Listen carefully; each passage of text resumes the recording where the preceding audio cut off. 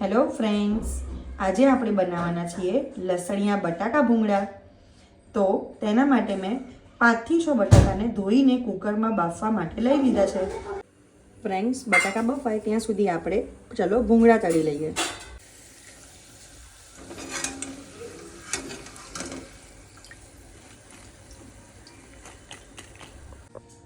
બટાકા બફાઈ ગયા છે. હવે આપણે તેને છોલી અને સમારી લઈએ.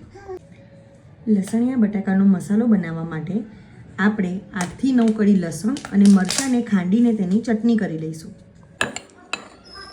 લસણ અને મરચાંને વાટીને આપણે તેની ચટણી બનાવી લીધી છે અને આપણા બટાકા પણ સમારાઈ ગયા છે. તો ચાલો હવે આપણે વઘારી લઈએ. વઘાર માટે આપણે એક કઢાઈમાં તેલ લઈ લીધું છે.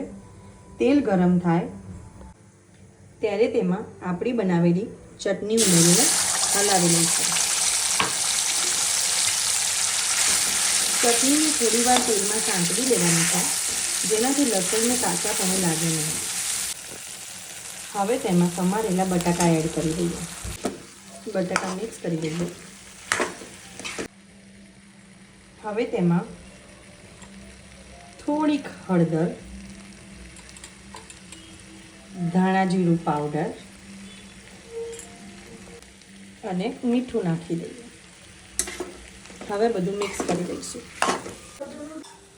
હવે તેમાં અડધું લીંબુ નીચોવી કોથમીરથી ગાર્નિશ કરી દઈશું. તો ફ્રેન્ડ્સ, તૈયાર છે આપણા લસણિયા બટાકા. ચલો હવે આપણે તેને સર્વ કરી લઈએ.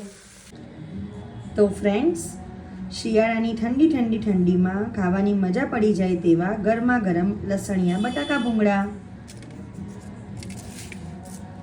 તમે પણ જરૂરથી ટ્રાય કરજો હો ને.